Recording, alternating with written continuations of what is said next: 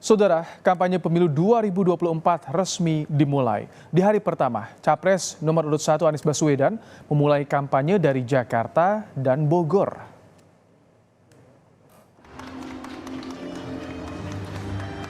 Setelah kampanye di Ciracas, Jakarta Timur, pada Selasa siang Capres nomor urut 1 Anies Baswedan berkampanye di Stadion Pakansari, Bogor.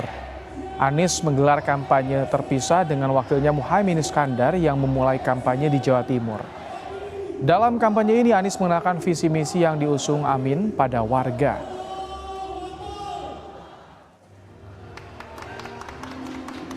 Mereka yang kecil dibesarkan dan yang besar jangan dikecilkan, biarkan yang besar terus tambah besar. Perjuangan ini membawa gagasan, ini bukan tentang satu orang, ini bukan tentang satu partai, ini bukan satu koalisi, tapi ini tentang bagaimana Indonesia memberikan kesempatan yang sama supaya lapangan pekerjaan tidak hanya dimiliki oleh sebagian, tapi oleh semua, supaya kebutuhan pokok harganya tidak mahal. Di Jawa Timur, Cawapres nomor urut 1 Muhaimin Iskandar memulai kampanye dari Mojokerto bersama relawan jaringan perempuan Nahdliyin. Dalam kampanye ini, Muhaimin menyinggung soal paslon nomor urut 1 yang minim pasokan logistik. Paling miskin, pasangan paling pas-pasan.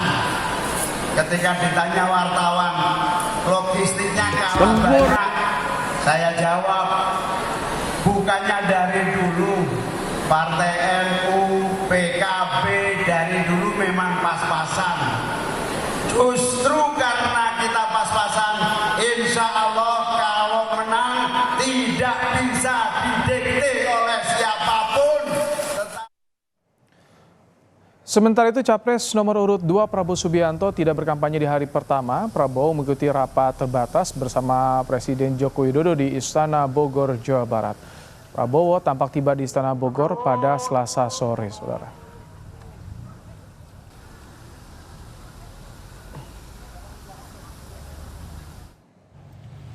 Tak hanya Prabowo Subianto, Wali Kota Solo sekaligus Cawapres nomor urut 2 Gibran Rakabuming Raka juga memilih beraktivitas seperti biasa sebagai wali kota di hari pertama kampanye Pilpres.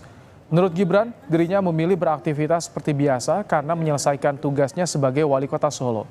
Saat ditanya lokasi kampanye dirinya bersama Prabowo maupun berbagi tugas dengan Prabowo, Gibran bilang rahasia dan enggan menjawab lebih jelas.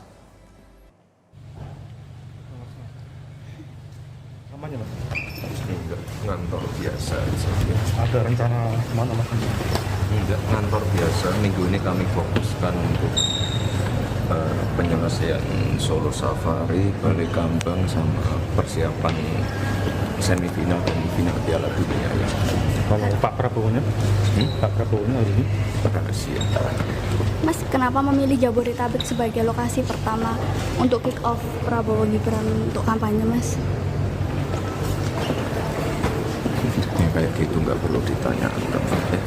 Tapi nanti bagi tugas wilayah. Ya, wes Kalau ya. Mas Hari ini nggak ada politik ya. Capres nomor urut 3 Ganjar Pranowo memulai kampanye di Merauke, Papua Selatan. Ganjar Pranowo datang di Dusun Waninggap Nanggo, Distrik Semangga pada Selasa siang.